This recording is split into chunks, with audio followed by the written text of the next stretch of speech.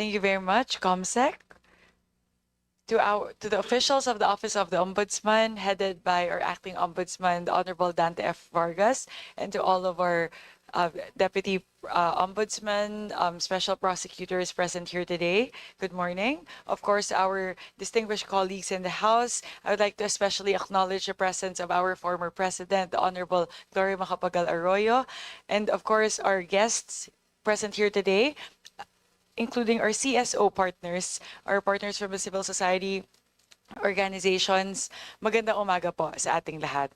Today, we deliberate on the proposed 6.23 billion pesos budget of the Office of the Ombudsman for fiscal year 2026 under the leadership of Acting Ombudsman Dante F. Vargas.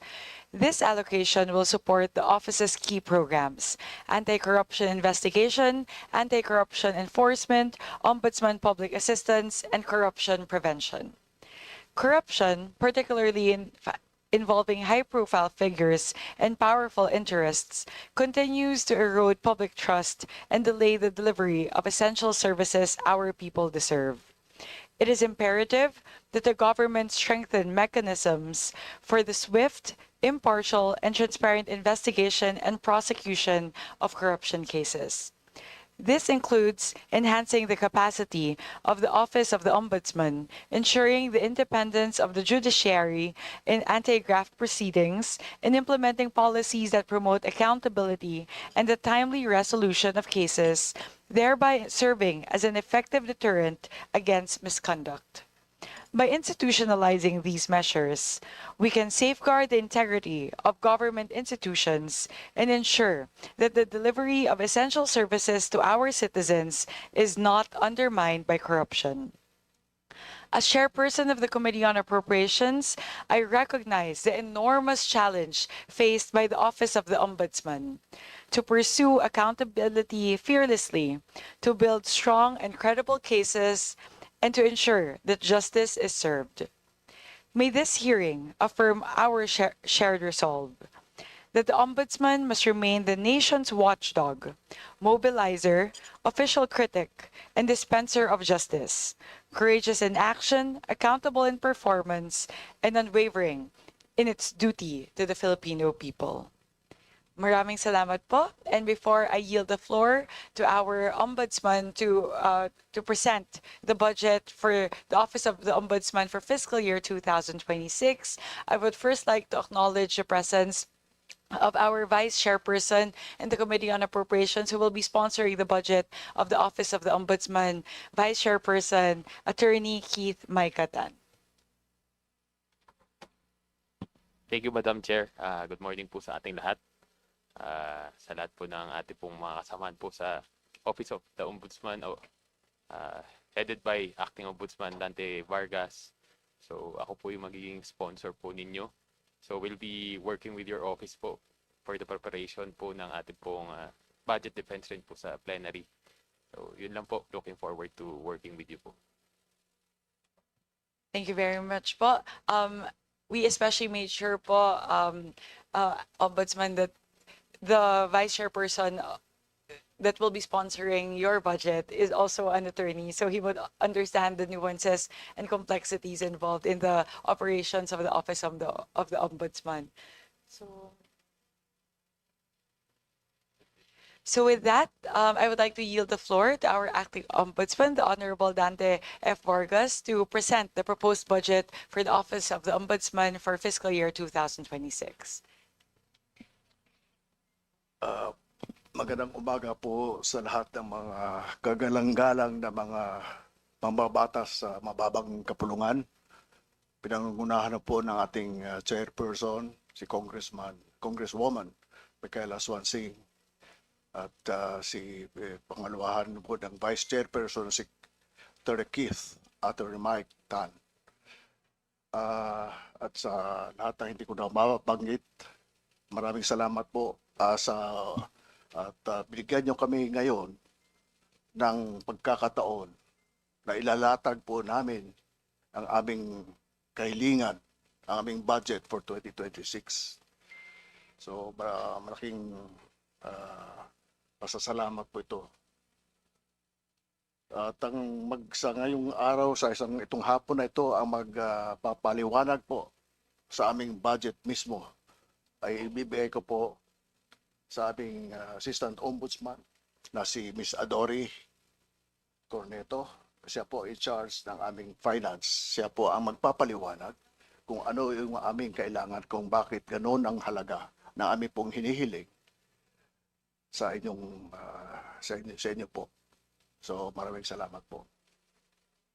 Good morning, Your Honors. We are pleased to present the proposed budget of the Office of the Ombudsman for fiscal year 2026. The recommended proposed budget with the Department of Budget and Management for fiscal year 2026 is equivalent to about 6.390 billion pesos, including an automatic appropriation.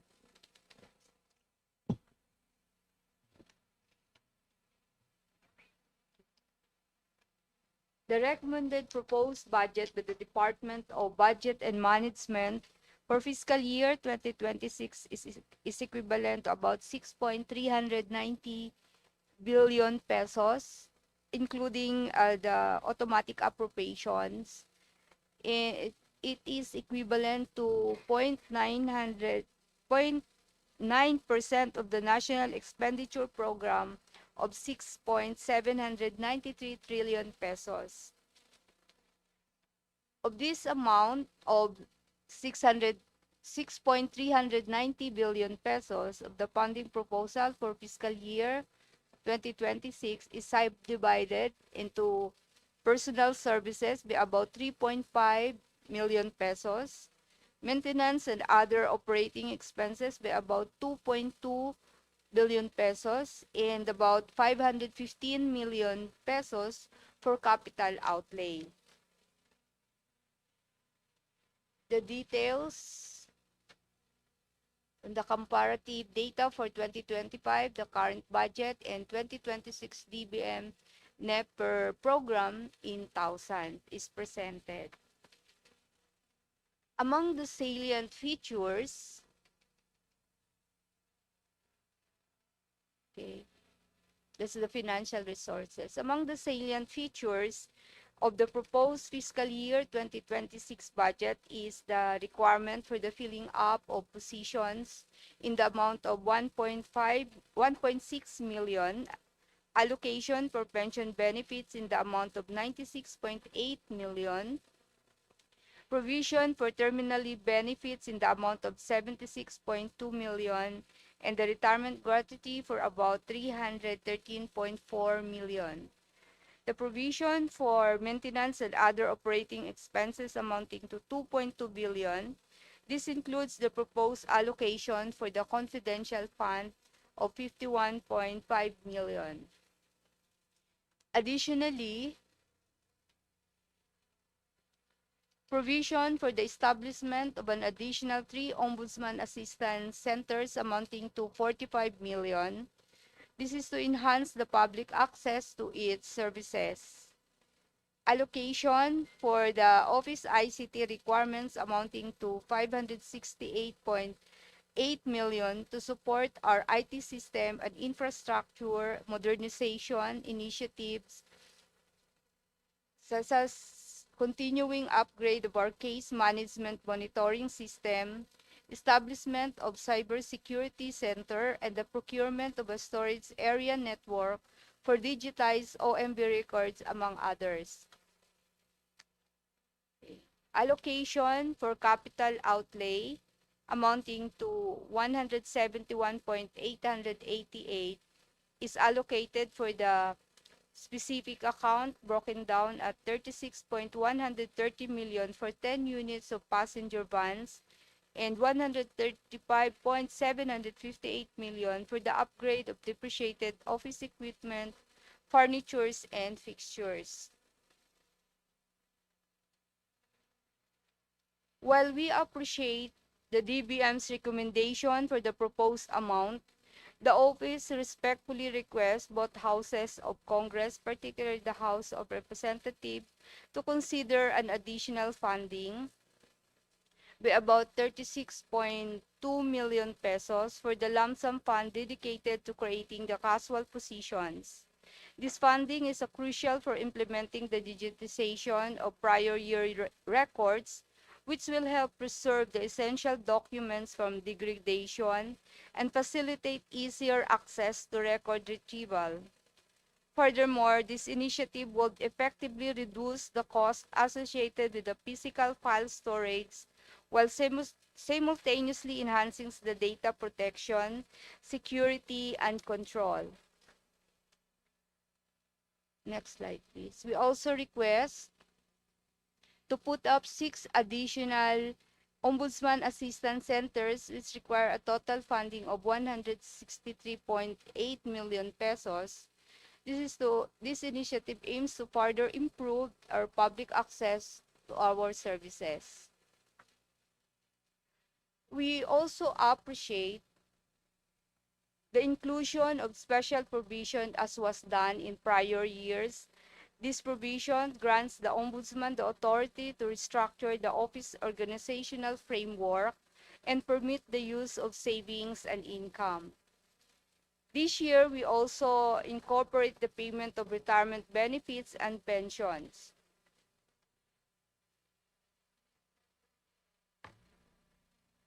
In closing,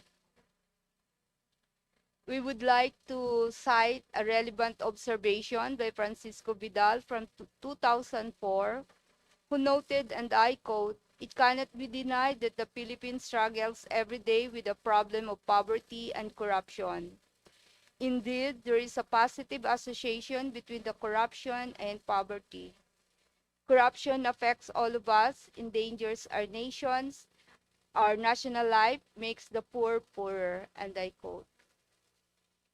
Thank you, Your Honors, that's all.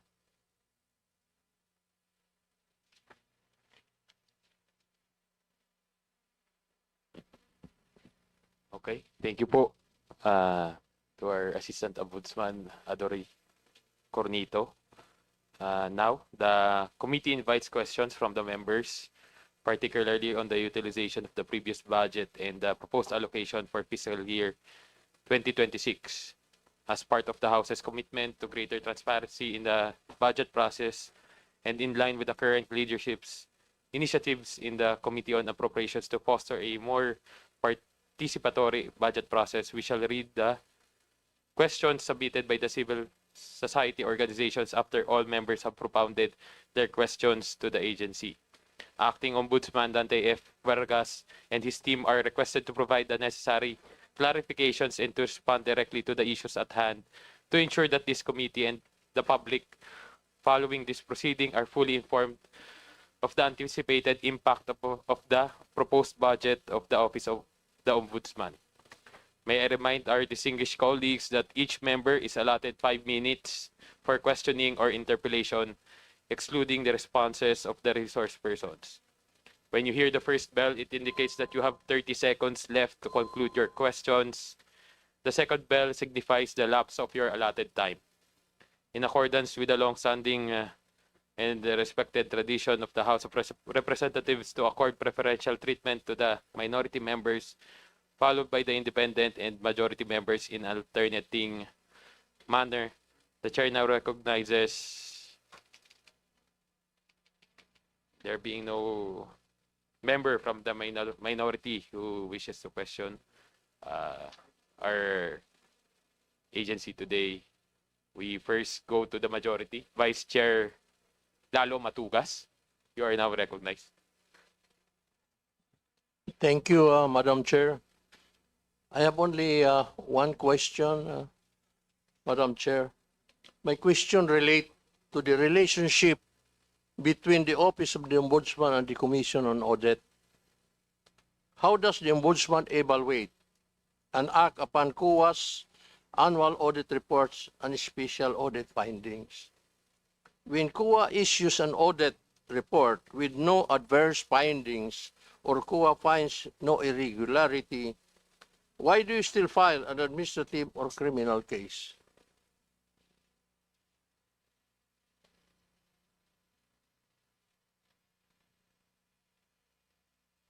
I will give the floor to D.O. Balbeo, Madam Chair, to answer the question of Congressman Matugas. Good morning, Madam Chair. Good morning, Your Honors. Sir, there is jurisprudence that we are not bound. The Office of the Ombudsman is not bound by the findings of the Commission on Audit, with all due respect. So even if there is no adverse finding, we can still conduct further investigation to determine whether or not there is basis to file administrative or criminal cases against a respondent, sir. Thank you. That's my only question. But before that, I would like to manifest my support for the budget of the Office of Ombudsman. Thank you, Madam Chair. Thank you, Vice Chair Lalo Matugas. Next in line, Vice Chair Roger Mercado. Good morning, Madam Chair. Good morning, my dear colleagues. Good morning, Ombudsman Vargas and the Deputy Ombudsman, our Special Prosecutor.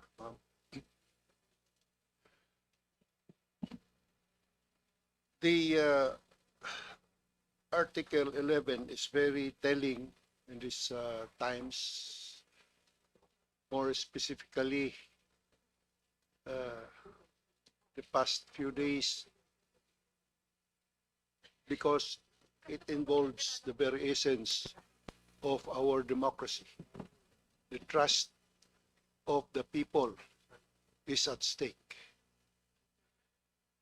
Madam Chair, this humble representation has perused the recommended budget of the Office of the Ombudsman, and I believe that we have to support, not only support and approve, but consider the request for additional budget.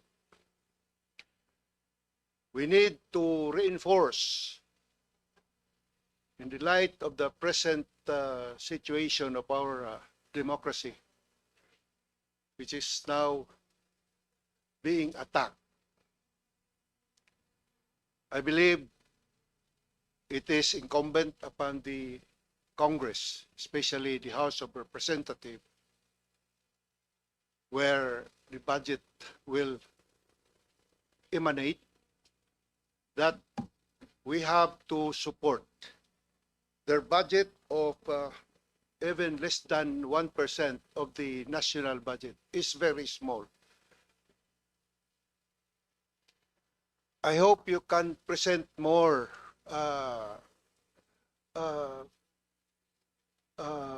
financial request to the House before we will finalize our budget for the Office of the Ombudsman.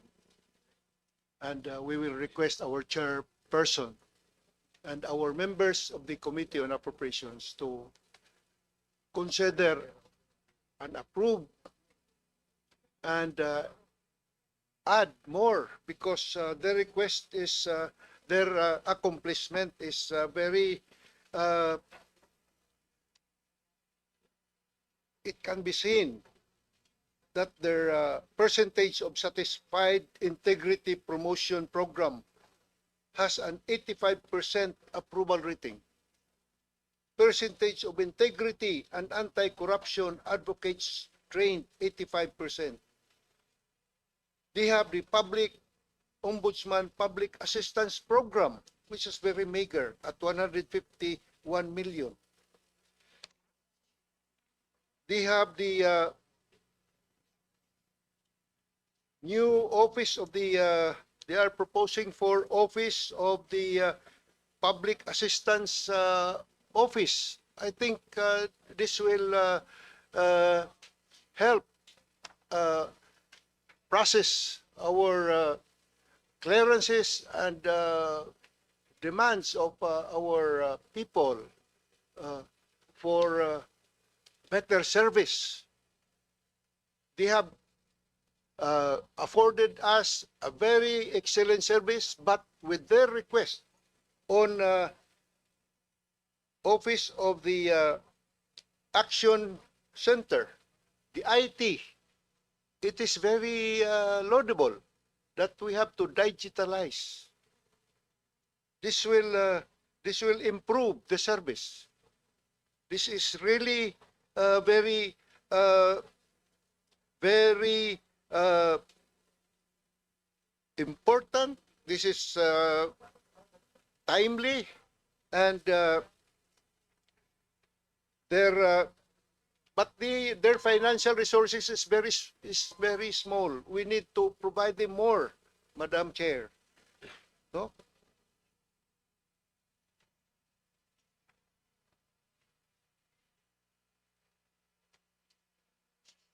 Because if we will provide more resources,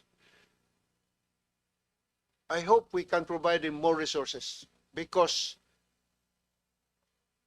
it will assist the other institutions in providing solutions to graft and corruption. This is the very office that is mandated by our Constitution to assist us in curbing or even eliminating graft and corruption. There is no need for any other investigative office. If we will just provide them with all the assistance where they can have an elbow room to move and to have more personnel, staff, and wherewithal, resources, I think we can move on and use our time in filing bills and providing legislations which will enable our country to progress and provide employment and more satisfaction for our work, for our people. That's why I am very happy that we are here, and we will all support, I hope. We will not question anymore their budget, because our request is to provide more, not to lower or lessen their request. They have request special provisions for the Office of the Ombuds. They need to create new positions, no? Make other adjustments in the personnel services for the interest of the public. Although they have financial autonomy, but where will they get the money? They might be independent to use their money, but it is very small, Madam Chair. It is very small.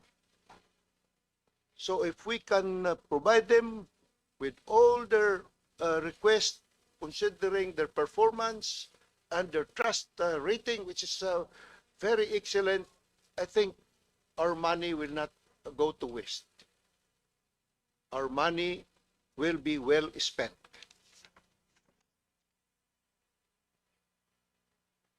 They need some payment for their retirement benefits and pensions. This is very laudable. This is acceptable. Therefore, Madam Chair, considering the present situation now, which is brought about by the revelations in the Senate and in the House regarding graft and corruption in our country, I move in the proper time that we encourage, we support, we provide more resources to the Office of the Ombudsman in order that our institution, the Congress, at least can show to our people that we are not remiss in our duty to provide the necessary assistance to an office which will uh, provide solutions and provide uh, uh, some solutions to this present uh, glaring problems of today. With that, Madam Speaker, in the proper time, I will move that the budget of the Office of the Ombudsman will be immediately approved. Thank you very much, Madam Chair. Thank you for the manifestation, Vice Chair Roger Mercado. Next in line, Representative Tony Roman. Good morning po, Ombudsman Vargas. A few questions. We all know the mandates of the Office of the Ombudsman, and it's to investigate and to prosecute, no? Tapos meron hong you have the disciplinary authority as well, and also you have the authority to do lifestyle checks. I guess sa pagsusuri ho ng budget, tinitinan po natin how you can effectively perform your mandates given the budget that you have, and nang sa ganon, you can do your job effectively. Ano ho yung KPI nyo with respect to investigation?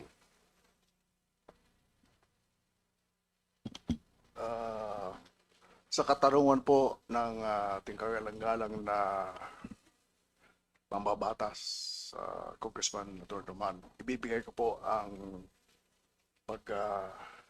papaliwanag kay ng aming Deputy Ombudsman Balbeo. Good morning, Madam Chair, Your Honors. With respect to investigation, we always do investigation, though we do not do it in public. We are not so-called media, what do you call this? Yeah, yes. We do investigation discreetly so as not to burn our investigation. And we do not publish anything until we have the case ready for the filing before the courts, either with the Sandigan Bayan or the regular courts, Your Honor. Just to perhaps clarify my question, ano yung, how do you measure success with respect to investigation? For example, like how many cases were filed last year? What is the disposition rate? Ganun po.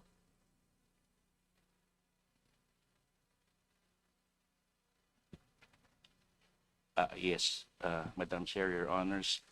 We have here percentage of completed case build-up reports and fact-finding investigation in our lifestyle check.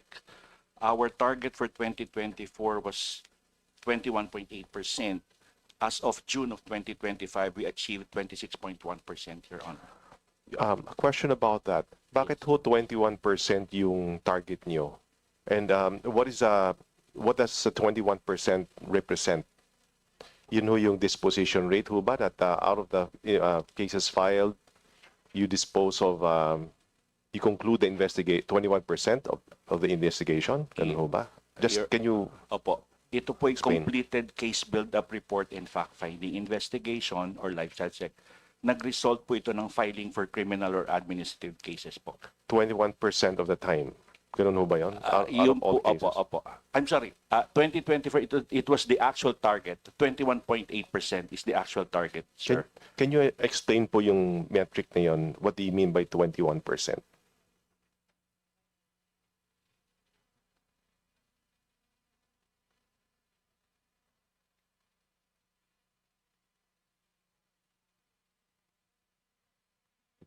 Yes, Your Honor. The numerator is 176 and the denominator is 806. So we get 21.8%, sir. The numerator would represent the number of completed case build-up reports and fact-finding resulting in filing. The denominator, or the 806 that I mentioned, would be the total number of completed case build-up reports and fact-finding, which this is the total already. So the 176, it resulted in the filing of criminal or admin cases, sir, Your Honor. Okay. So your indicator is the number of cases filed. Yes. in the Sandigan Bayan, Not not necessarily. necessarily, but Before or the in courts. court, or in Yes, court, yes, Your Honor. or both. Yes, Your Honor. The denominator represents what again? It is the total number of completed case build-up Okay. and or fact-finding investigation. or Okay. dissection. So out of the completed investigation, how many you have filed? Yun po yung metric Opo. nyo. Yes po. And what about in terms of the number of pending investigations?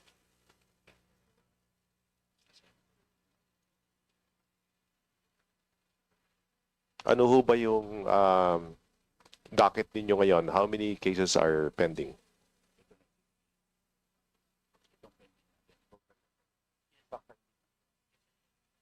Yes, Your Honor. As of July of 2025, we have a total of 950 pending fact-finding cases, Your Honor. Okay. This is OMB-wide, Luzon, Visayas, Mindanao, and Malaya, sir. 950 cases pending. Yes, Yung Your Honor. 806, they're done. Completed ho yung 806, tama? Yes po. That was for calendar year 2024, Your Honor. Okay. The 950 is historical from The the start? Yes po. The 950 is as of July of this year. Opo. Ito ho 950 cases na pending. Ano ho yung pinakamatandang kaso? Anong year po pinail?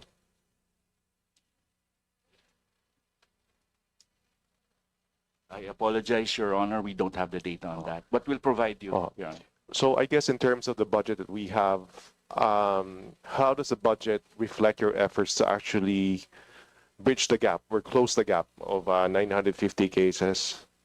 Paano ho yung plano ninyo para makompleto po yung investigation part ng 950 pending cases? Yes, thank you, Your Honor. Your Honor, we are in the process actually of adding more personnel to our manpower complement. Actually, as of until June or July of this year, we already had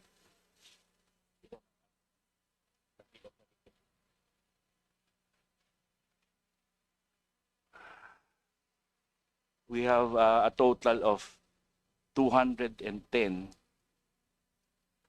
newly hired personnel. This would include lawyer and non-lawyer, Your Honor. And this would greatly complement our efforts to speed up the fact-finding and other investigation of our office. To what extent are you using technology or artificial intelligence to speed up the disposition of investigation? To be honest, Your Honor, up to this time, we have not yet been fully utilizing AI. That's why part of our budget request would be to put up a cybercrime laboratory to help our investigators to be abreast with the new technology, Your Honor. Opo. So how much is the budget for the cybercrime? You mentioned center or Laboratory. laboratory, sorry.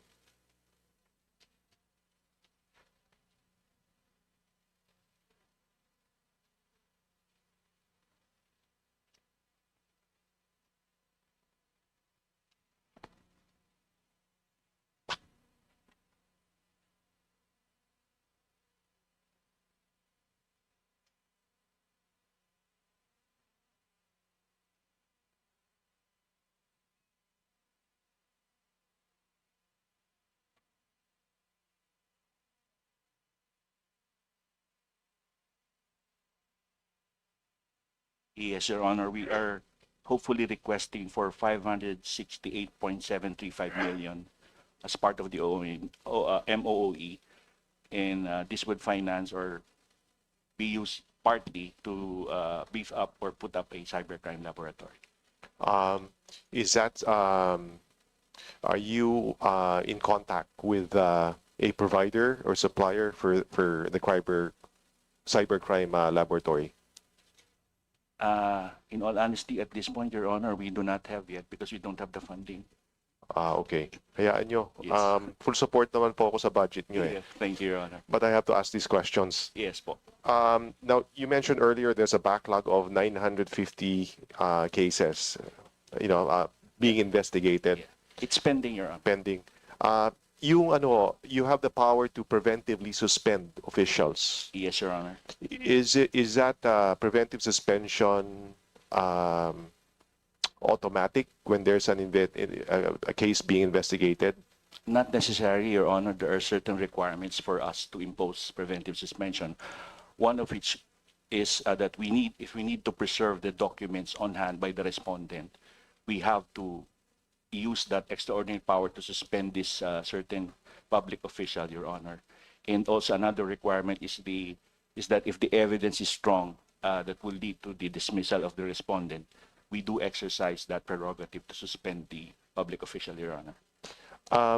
In the 950 cases, do you know how many in those cases, the 950, how many times have you imposed preventive suspension?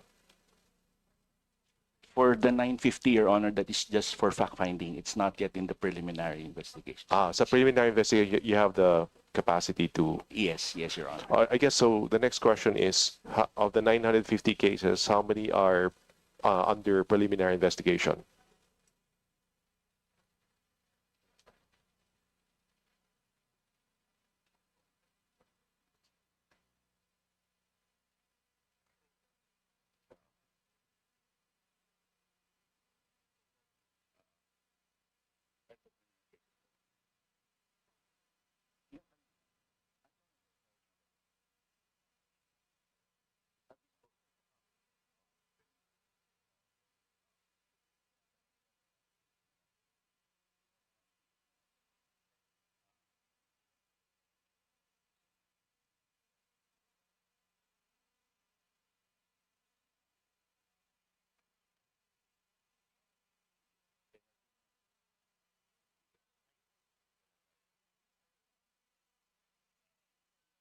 I'm sorry, Your Honor, I don't have the data right now on the number of preventive suspension that we imposed, Your Honor. Ano We will na- provide you, Your Honor. Last year, how many were preventively suspended?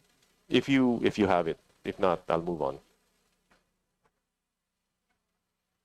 Apologize, Your Honor, we don't have that data right now. We can provide you, Your Honor. Yung part of your is success rate at the prosecution level, like convictions, one of your metrics? Kasi as a prosecuting body, I would assume that you measure also success in the number of convictions. Yes, Your Honor, as we have a conviction rate data right here with me. As of July 2025, for Sandigan Bayan cases, Your Honor, we have a 47.49% conviction. It resulted in 180 convictions, Your Honor. That's actually a respectable number. Half the time you win, Thank you, Your almost. Honor. Thank you, Your Honor. Yung ano ho, how is the staffing at, I think back in the day when I used to appear at the Sandigan Bayan, we had the Office of the Special Prosecutor. Yes, Your Honor. Is that still, you still have the Office of the Yes, Special Your Honor. Prosecutor? Actually, the special prosecutor is beside me, Your Honor. Ma'am, Madam Chair, ano ho ba what are the challenges that you are facing with respect to prosecuting cases? Maybe the number of lawyers prosecuting, the training involved maybe, the resources, for example. That's why I asked about AI, because AI can help you draft decisions also. I'm just giving you a tip, but you need to fact check it. And ano ho yung challenges inyo, and how does the present budget address those? With respect to cases filed before the Sandigan Bayan, there is definitely a reduction in number of cases filed before the Sandigan Bayan. It's because of the new law, 10660, which changed more or less expanded the jurisdiction of the regional trial courts to handle anti-graft cases. So, with respect to the Sandigan Bayan, there is a significant reduction in number. Significant reduction in number. Also, I believe the Sandigan, the LGUs also have capacity to also hear in this side, graft cases, like abuse of authority Yes. as well, Administrative cases. administrative cases. Yes, Your Honor. Do you collaborate with the LGUs Is there some kind of collaboration that you do, the Ombudsman does with the LGUs The investigation. with Your respect to Honor, there graft are times cases? that we do refer some cases to the LGUs for their for admin cases, Your Honors. So in the last few years, you said that there's been a reduction in the cases. Yes, Your Honor. Okay.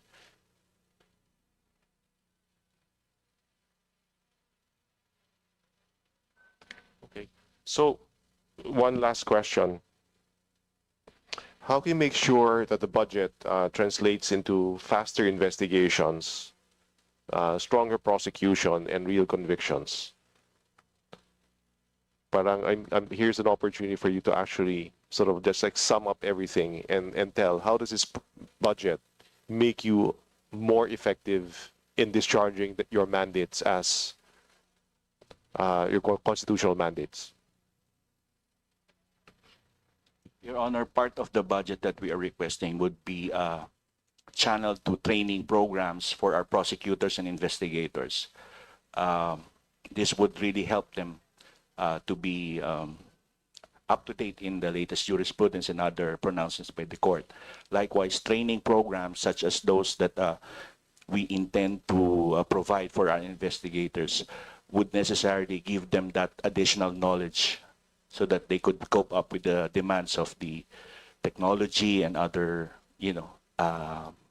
improvements in the system, Your Honor. In terms of public education, is there an allocation for that? In terms of public education, last year or this year, Your Honor, we collaborated with the University of the Philippines. There's the Aral and Asal program, wherein the Office of the Ombudsman provided funding for a mini TV series that involve graft and corruption cases that already, what do you call this, deemed final by the Supreme Court, Your Honor. This would, the trust of the then administration of the Office of the Ombudsman would educate the young people that not to do these things. This is Something a like that. TV series. Yes, Your Honor. It's in Sino ho UPTV. Sino yung artista dyan? From the UP, Your Honor. Okay. While we volunteered, but we were not able to qualify, Your Honor. Bakit naman artistahin naman po kayo? Madam Chair, I have nothing further. Thank you for your time. Thank you, Representative Tony Roman. Next to manifest, Vice Chair Brian Poe.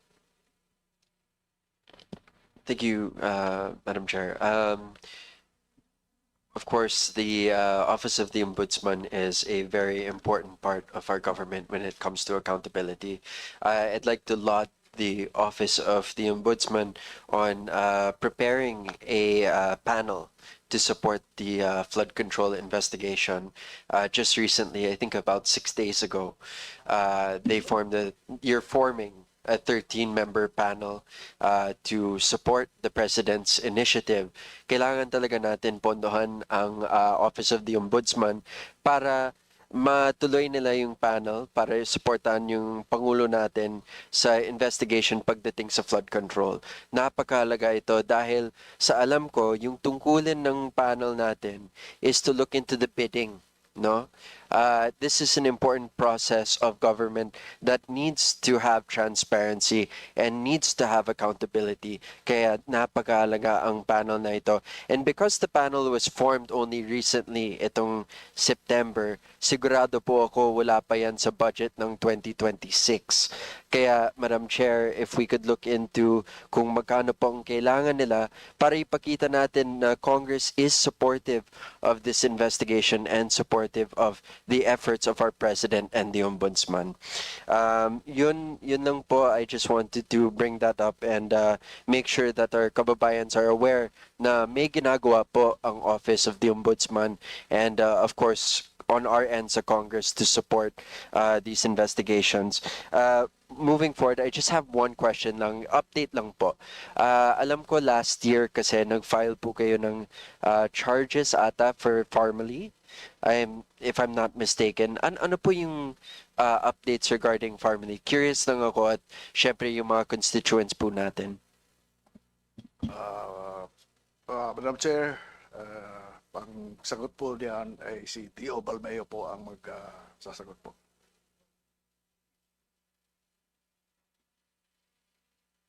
Yes, good morning again, Madam Chair, Your Honors. Relative to the Farmally case, there was already one case filed before the Sandigan Bayan, and there's a forthcoming another case that will be filed, Your Honor. Is there any timeline on this po? May timeline po ba tayo? Anytime, Your Honor. Anytime. Okay. Sige. Well, hopefully I'll by plenary may update tayo dito. But in general, I'm good.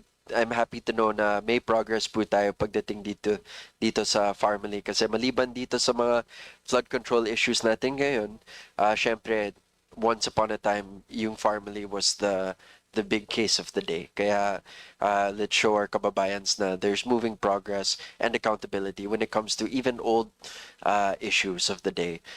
With that, Madam Chair, I yield the floor. I just want to manifest again my support for the 13-member panel that the Ombudsman is putting together. Thank you.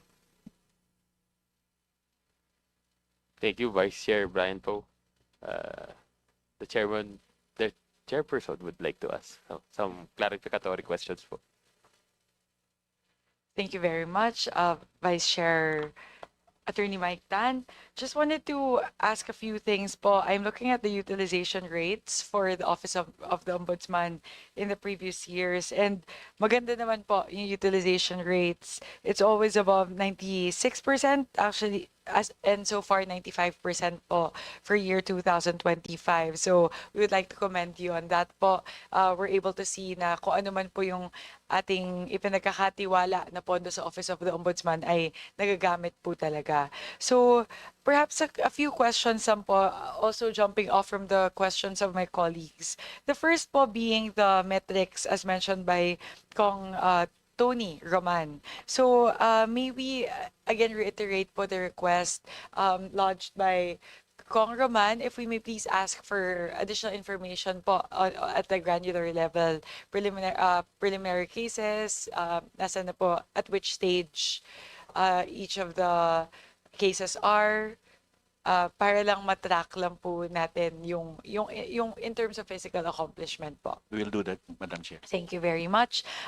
Similarly po, I'm looking at the presentation with regard to program expenditure classification. Yung pang-ilan ba to sa slides? I'm seeing here that the figures under the PREXC are expressed in terms of percentages. Would it be possible po to request for the absolute number of cases for each of the different categories as outlined in the PREXC? Yung program expenditure classification po. Again, Your Honor, we commit to submit to the Chair. Thank you very much. Kasi it would also help us understand siguro the scale by which the Office of the Ombudsman is operating if we have these in absolute numbers vis-a-vis percentages as outlined currently. Yun lang po. Tinitignan ko kasi dito so siguro just wanted to understand siguro there's a big difference between the percentages of the FY 2024 actual versus yung FY 2025 targets. So I see here that for several of the categories, nagkaroon po ng malaking adjustment doon sa target downward. So siguro po I'm not able to compare apples to apples kasi po I don't have the FY 2024 targets. So I could interpret it in one of two ways and I wanted to pose a question to the Office of the Ombudsman, which one is the correct interpretation. Either the FY 2024 targets are the same as the FY 2025 targets pero na-exceed nyo po yung targets. Hence, the FY 2024 actuals are higher. Or binaba ninyo yung targets for 2025. So which of the two interpretations is correct po? Hopefully it's the first. Ibig sabihin na exceed po ng Office of the Ombudsman yung FY 2024 initial targets. Madam Chair, we exceeded our target. We did not lower it. Okay, good, good. Happy to hear that po. So, ibig sabihin, kung ano po yung targets na nakaset dito for fiscal year 2025, yun din po yung targets nyo for fiscal year 2024. Tama po ba? Can you confirm that, please po?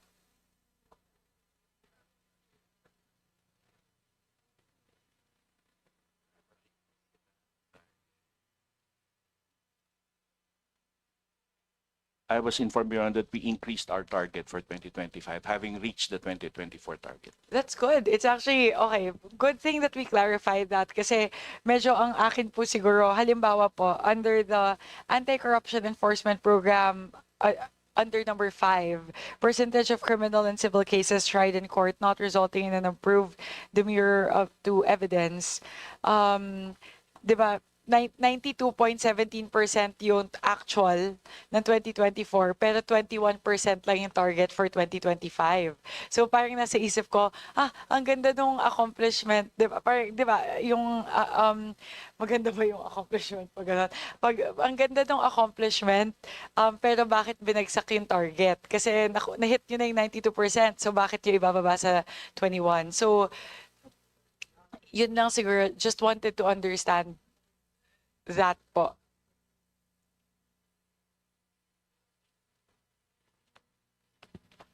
Madam Chair, for the year 2024, our target was 13%. We hit it, the actual for 2024 was, we hit it by 92.2%. Right. Now, for 2025, our proposed target was 21.0%. As of June of 2025, we already reached the 100%, Your Honor. Wow. That's that's what I was saying po. Na 'di ba? It's very important for you to express it in terms of absolute numbers. Kasi po we also want to give the recognition that the office of the Ombudsman deserves in terms of the physical accomplishments for the previous year. So very happy to note that po.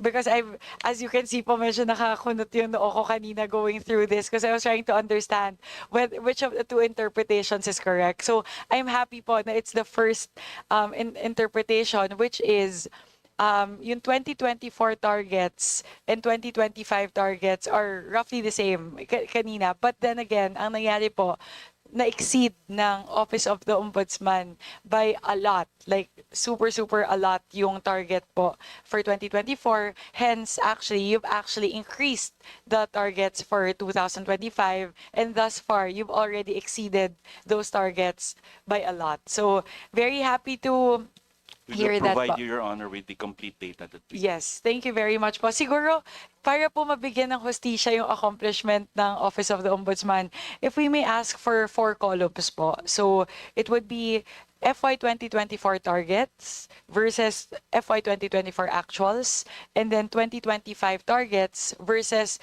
FY 2025 target actuals thus far, so far po in the year. Yun lang po. Again, happy to hear that, and we would like to commend the Office of the Ombudsman for the great physical accomplishment of your targets for year 2024.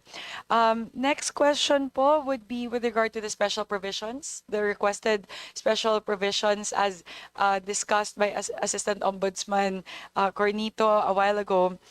So, taking a look at the NEP and the GAB, so the first request po with regard to organizational structure is already there. So, okay na po tayo dyan. And the committee is also amenable to including number 3 and number 4 po in the proposals. We'll have to look further into number 5 and number 6 with regard to the benefits and pensions. Pero upon consultation with the DBM, we're okay din po with provisions regarding the use of savings and the use of income. We'll just have to look a little bit more into the 5th and the 6th provisions that are requested by the Office of the Ombudsman. The next one po that I wanted to ask on would be the Ombudsman Assistance Centers as requested by the Office of the Ombudsman for additional funding. So I just want to understand a little bit more po as to what the vision is for the OAC. Kasi meron pong, as proposed here, you're requesting for a lump sum fund of 93.6 million for 6 additional AOC. So just wanted to understand po the current framework configuration of the OAC and why you would like to request for 6 more to be established. Madam Chair, currently we have one assistance centers in Zamboanga, one in Tuguegarao, one in Capiz, one in Holo, and those are assistance centers. The setup at Calbayog and another one in Calbayog. The setup would be an assistance center would be a 2-table or 3-table setup, wherein 2 or 3 personnel from the office of the Ombudsman are stationed there. They are there authorized to receive the SALNs of employees in those areas, receiving complaints. Basically, we're trying to reach out to the people. And the thrust of the current acting ombudsman would be to put up additional assistance centers, 3 more in the Luzon area, 3 in Visayas, and 3 in Mindanao. 9 po. That is the plan, Your Honor, because we could, we could minimize or whatever, cancel whatever. It would depend on the location and the availability of the space that we need. To be honest, Your Honor, at this point, we have the assistance centers at City Mall, and we're using this free of charge, courtesy of the Double Dragon Company. But in the event that there are no other City Mall spaces that we can use for free, we intend, as we plan, to perhaps do a rental of a small space in those areas that we intend to add assistance centers. Or if possible, we could use or we could put up a small space in military camps or PNP camps that will be more accessible to the public, because we want to reach out to more people rather than going to Visayas, Cebu, or Davao. We want to reach out to as many people as possible. That's the plan, Your Honor. Thank you very much po. If I may clarify lang po to our acting ombudsman and our deputy ombudsman.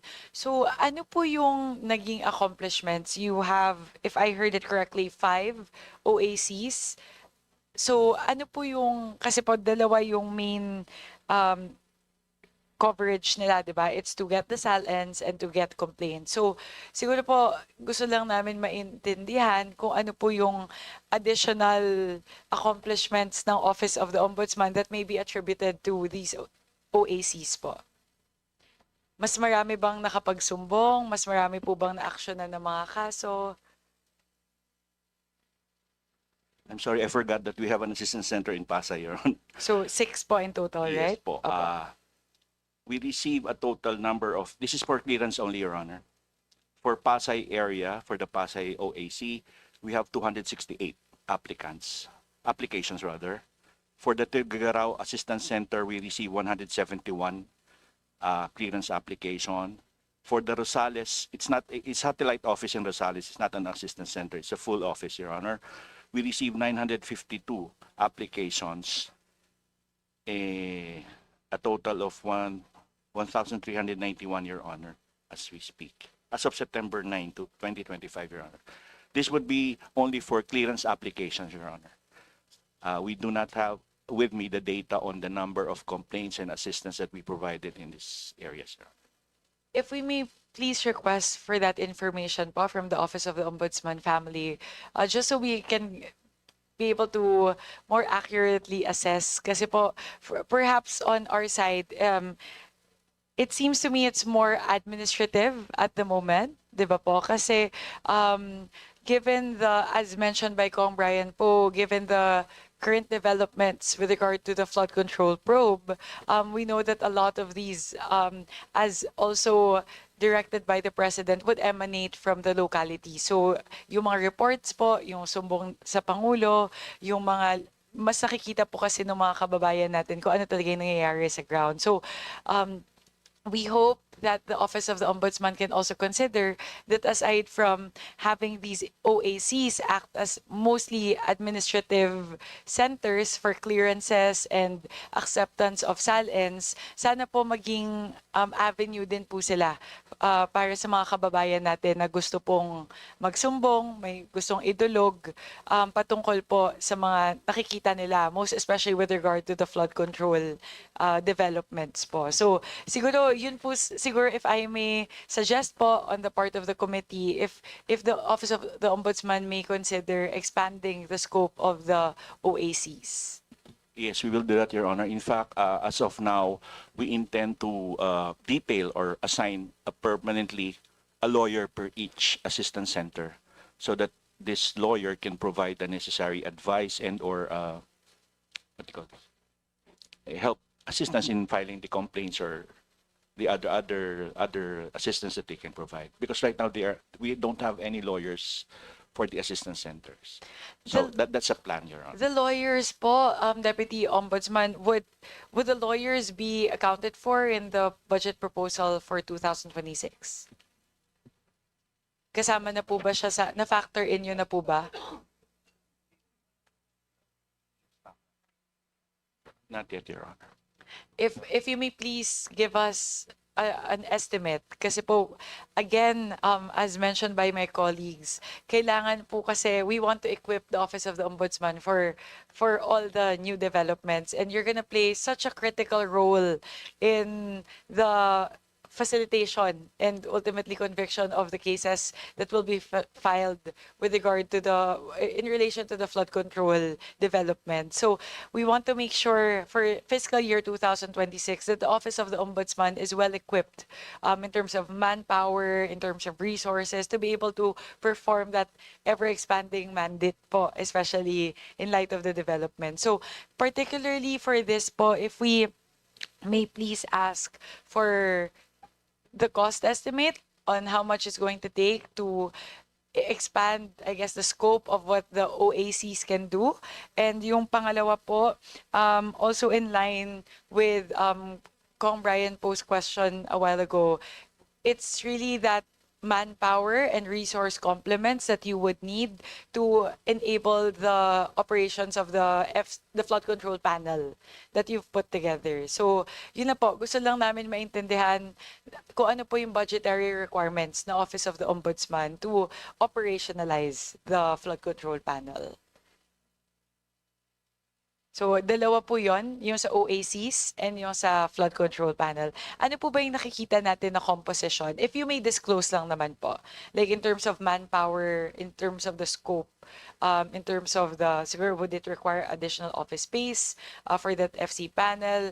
Would you be hiring additional people or would you just be getting within the ranks of the Office of the Ombudsman? Siguro po, if you may please just if you may lang po, I understand that a lot of this is confidential. So from a budget standpoint lang po, you don't need to disclose details as to the position and composition. Yung ano lang po, from a budgetary standpoint lang po, what do you envision, how do you envision this FC panel to look?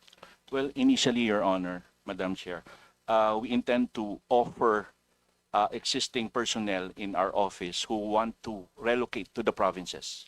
If they want to be assigned or stationed there permanently, we would give them that first option, so to speak. If no takers will be, we would be hiring lawyers from those areas. Like if it's in Cagayan de Oro or Tuguegarao, we would be hiring lawyers from that area so that, to facilitate the process of investigation, that because they're more familiar with those places. And the staffing, we hope and we envision that at least one or two lawyers would be permanently stationed there. Right now we have 2 or 3 administrative staff stationed at the OACs. Probably we could increase it by 3 or 4. And more importantly, the equipment. We don't have the budget for the computers for those assistance centers. In all honesty, we're just providing them call cards, what do you call it? Loads for their cell phones because we do not have access to internet, permanent internet providers in those areas. So eventually, and in fact, Your Honor, the tables that we are using are courtesy of the Double Dragon. It has been given for us free of use. So eventually, we want to buy our own equipment and provide more personnel for these assistance centers.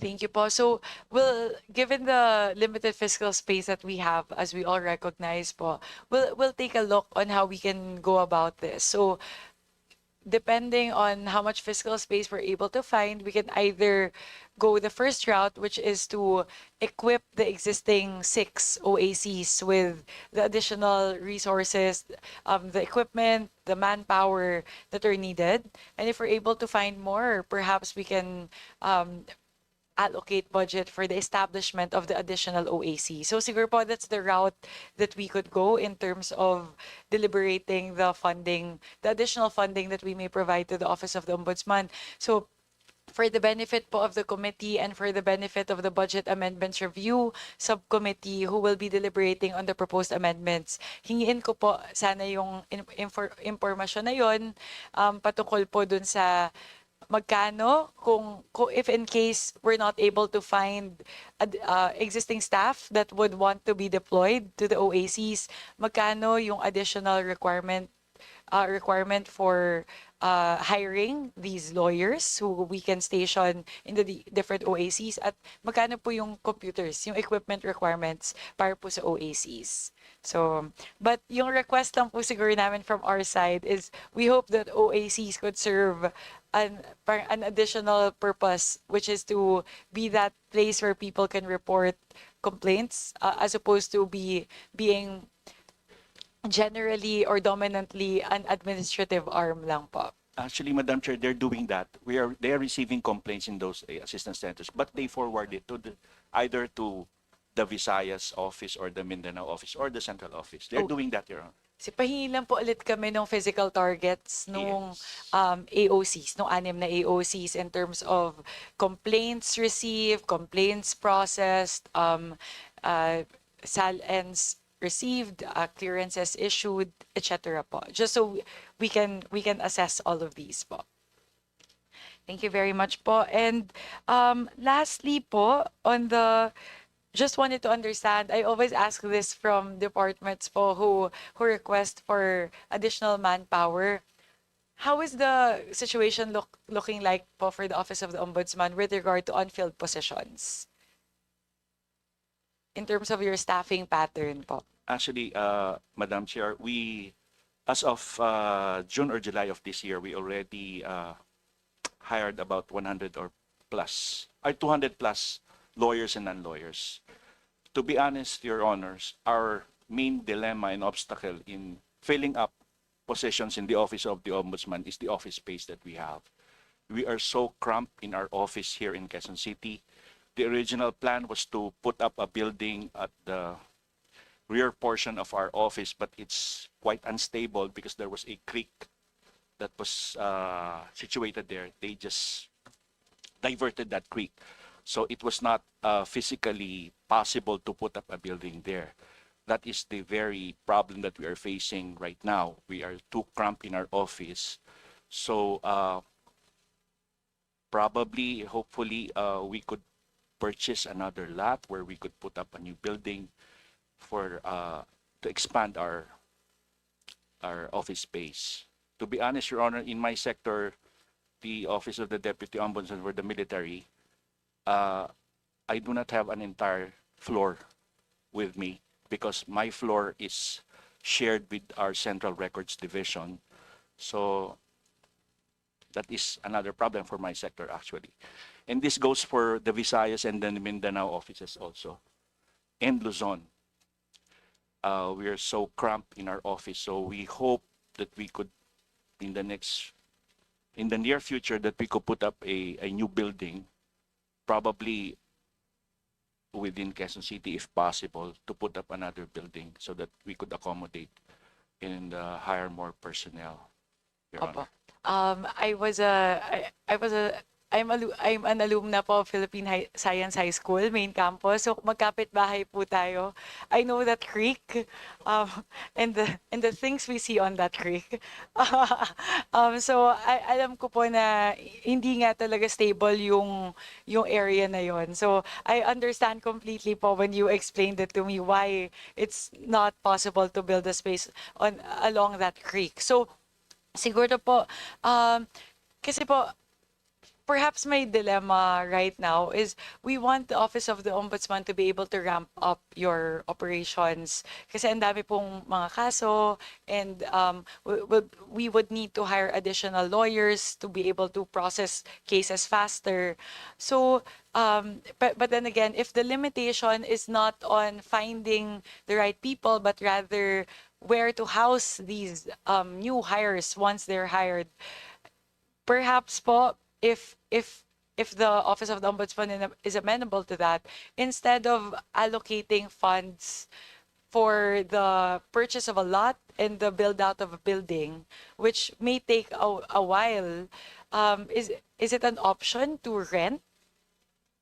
Mag-lease na lang po muna yung Office of the Ombudsman and we can look into how much that would be and whether we can accommodate that for the funding for FY 2026? Yes, Your Honor. That's a very good option that we are thinking, Your Honor.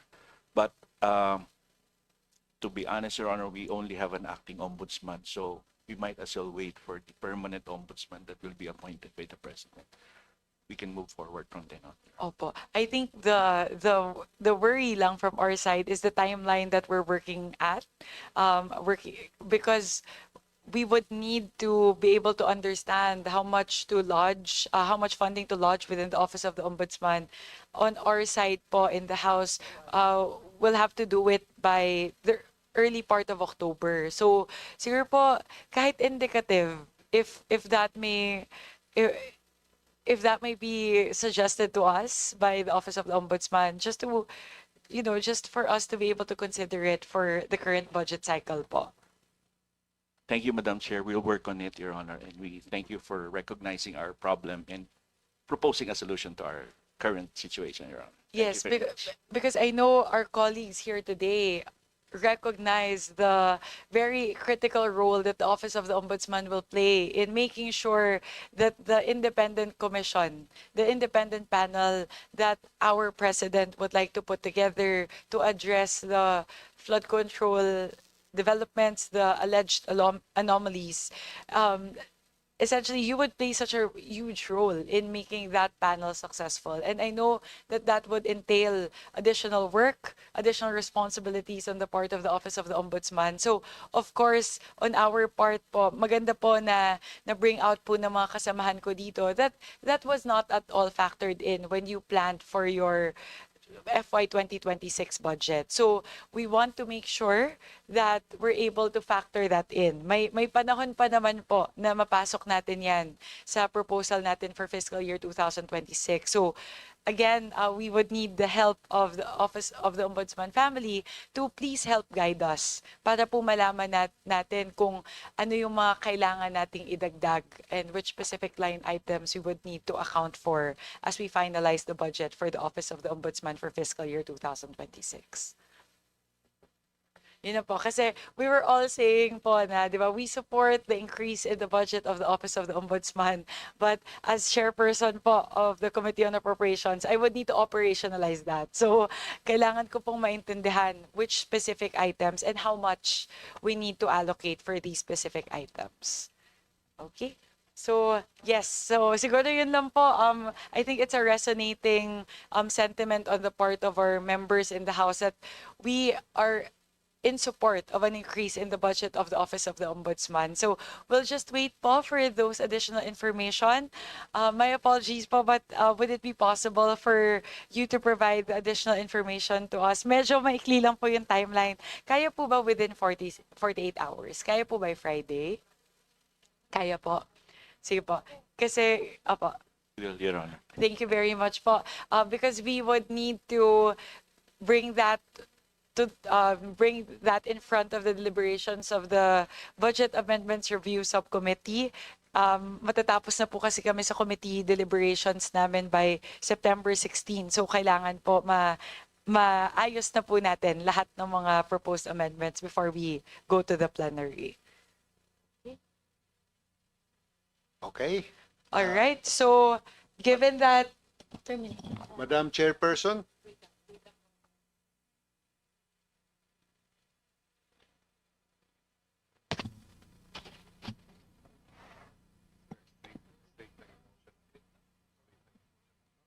all right. Just wanted to check in before we end. It seems like there are no more members who wish to interpolate the office of the Ombudsman. And with that, may I solicit a motion from the members? Madam Chairperson, Yes, Representative Mercado. I move that we terminate the budget hearing on the proposed budget of the Office of the Ombudsman. I so move. Second, Madam Chair. There is a motion to terminate the budget hearing on the proposed budget of the Office of the Ombudsman for fiscal year 2026. The motion has been duly seconded, and with that, the motion is carried. The budget hearing on the proposed budget of the Office of the Ombudsman for fiscal year 2026 is hereby terminated. Maraming salamat po sa mga kagalang-galang na mambabatas. Thank you very much po to, of course, our Honorable Acting Ombudsman Dante F. Vargas, to our Deputy Ombudsman, Honorable Jose Balmeo Jr., to our Deputy Ombudsman, Honorable Cornelio Sonido, and to our Assistant Ombudsman, Honorable Adori Cornito, and to our Special Prosecutor, Honorable Miraflor Castillo, and to all of our officials from the Office of the Ombudsman who are here with us today. Maraming salamat po. And of course, a special thanks to our Vice Chairperson from the Committee on Appropriations who will be sponsoring the budget of the Office of the Ombudsman, the Honorable Congressman Attorney Mike Tan. Thank you very much po. And of course, to our members who are present here today. Maraming salamat po. Thank you very much po for your invaluable insights, and we look forward to collaborating with the Office of the Ombudsman in making sure that we're able to well-equip your office po with the necessary resources to be able to perform your mandate po, your expanded mandate for fiscal year 2026. May I solicit a motion from the members to give way to our transition to the next department? I move. We suspend. Madam Chairperson, I move that we suspend the budget hearing of the Office of the Ombudsman. So move. Just to suspend the Stand budget hearing, corrected. please. The budget hearing of the Office of the Committee on Appropriation. So move. To give way to the transition Second, to Madam Chair. the budget hearing of the DENR, this hearing is suspended until 1:30 p.m. today. Hello, Mr. Chair, Madam Chair. Kuwan pala siya eh. Neighbor pala sila ng Ombudsman.